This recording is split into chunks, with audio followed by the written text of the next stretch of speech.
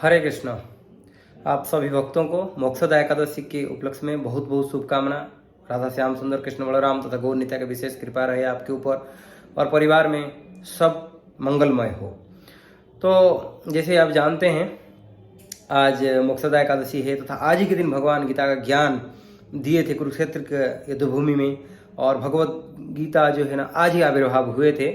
भगवान आज ही गीता का ज्ञान पूर्व काल में जब महाभारत की युद्ध होने जा रहा था, उससे जो है ना पहले इस ज्ञान को दिए थे। तो इसलिए इस एकादशी का बहुत ही महात्म है।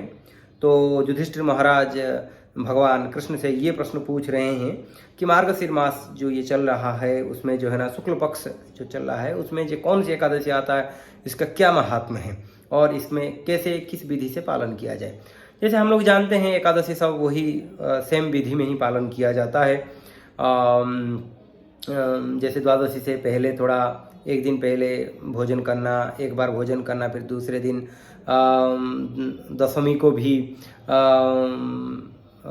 एक बार ही भोजन किया जाता है, इत्यादि इत्यादि। और एकादशी को फास्टिंग किया जाता है, और तथा जो रात्रि जागरण करते हैं उनको भी बहुत फल प्राप्त होता है। तो इत्यादि इस प्रकार का है जो विधि है एकादशी का। जो जितना कठोरता से पालन करेंगे उनको उतना तुरंत फल प्राप्त होता है। तो भगवान कृष्ण इसका वर्णन करते हुए ये कहते हैं कि इसको कोई श्रवण में यदि करते हैं तो ये जो है ना वाजपेय यज्ञ का फल प्राप्ति होता है, क्योंकि ये इतना पुण्यवान पुण्य प्रदानकारी एकादशी है, भक्ति प्रदानकारी एकादशी व्रत है ये मोक्षदा एकादशी, जो कि मुक्ति प्राप्ति भी होता है। भक्ति तो होता ही होता है, वो तो सर्वश्रेष्ठ वस्तु है ही है, किंतु जो जागतिक वस्तुओं में से भी एक प्रकार बोला जाए तो सभी प्रकार का वस्तु प्राप्त होता है। तो इसी संदर्भ में भगवान एक कहानी सुनाते हैं। पूर्व काल में जो है ना एक राजा थे जिनका नाम था बेखानस। वो राजा थे और ये चंपक नगर में निवास करते थे। तो ऐसे क्या हुआ, वो अचानक एक दिन सोए थे तो उनके जो है ना सपने में उनके पिता जो नरक में पतित थे उन्हीं को जो है ना सपने में आए तथा उनको रो रहे थे। तो ये बड़ा भयभीत हो गए तथा दूसरा दिन जो है ना वो ब्राह्मणों का सभा बुलाए और उसमें जो है ना वो सभी ब्राह्मणों को इस प्रकार का वर्णन करने लगे कि ये मेरा पिताजी का ऐसी स्थिति है, कैसे उनका ऊर्ध्वगति होगा।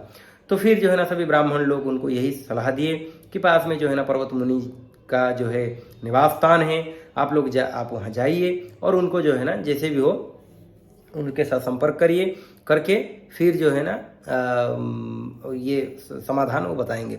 फिर जैसे ही वो पर्वत मुनि के पास गए, वो देखे बहुत प्रकार साधुओं के द्वारा परिवेष्टित होकर बैठे थे, बहुत सभी प्रकार के संप्रदाय के साधु वहाँ पर बैठे थे। तब वो जो है ना उनको प्रणाम किए तथा पर्वत मुनि से जैसे ही जिज्ञास किए, पर्वत मुनि जिज्ञास किए कि कैसे राज्य में सब ठीक चल रहा है या नहीं। तो तभी वो बड़ा दुखी मन से यही बोले। तो पर्वत मुनि जान गए कि उनका पिता का ये समस्या है, वो त्रिकालज्ञ हैं, बड़े बड़े तपस्वी तो हैं। तो इसीलिए जैसे ही उनको समझ में आ गया, फिर उनको वो ये समाधान उनका इतिहास, पूर्व इतिहास बताते हुए कहे कि उनके पिता पूर्व जन्म में उनके जो धर्मपत्नी थी उनकी माता के साथ जो है रजस्वला के समय में भी शारीरिक संपर्क रखने की बलपूर्वक प्रयत्न किए, इसी कारणवश वो नरक में पतित हुए थे। और फिर इतना कहते हुए फिर वो उनका समाधान दिए कि इसी प्रकार से आप लोग व्रत करिए, मार्गशीर मास में शुक्ल पक्ष में जो एकादशी आएगा उसी में आप व्रत करिए और इसी में जो है ना आपको सभी प्रकार का फल प्राप्त होगा। और यही फल उनको जैसे ही प्रदान करेंगे तो वो जो है ना ऊर्ध्वरेता हो जाएंगे, जैसे नरक में पतित हैं वो उच्चतर लोगों में चले जाएंगे। ठीक वैसे किए और उनके पिता को जो है ना प्रदान किए। जैसे ही प्रदान किए, फिर वो जो नरक में पड़े थे उनके पिताजी धीरे धीरे करते हुए वो फिर स्वर्गलोक में गए और स्वर्गलोक में भोगने के बाद, रहने के बाद कुछ काल फिर जो है ना फिर उच्च गति को, वैकुंठ धाम को प्राप्त हुए। तो ये इसका वर्णन करते हुए कहा गया है कि इसको यदि कोई श्रवण भी करते हैं तो उनको वाजपेय यज्ञ का फल मिलता है।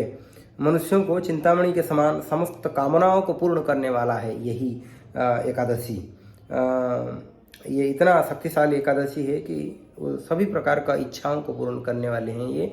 और ये आपके जो ब्रह्मांड पुराण है वहाँ पर ये वर्णन किया गया है, उसी में से आप पढ़ सकते हैं इस महात्म्य को।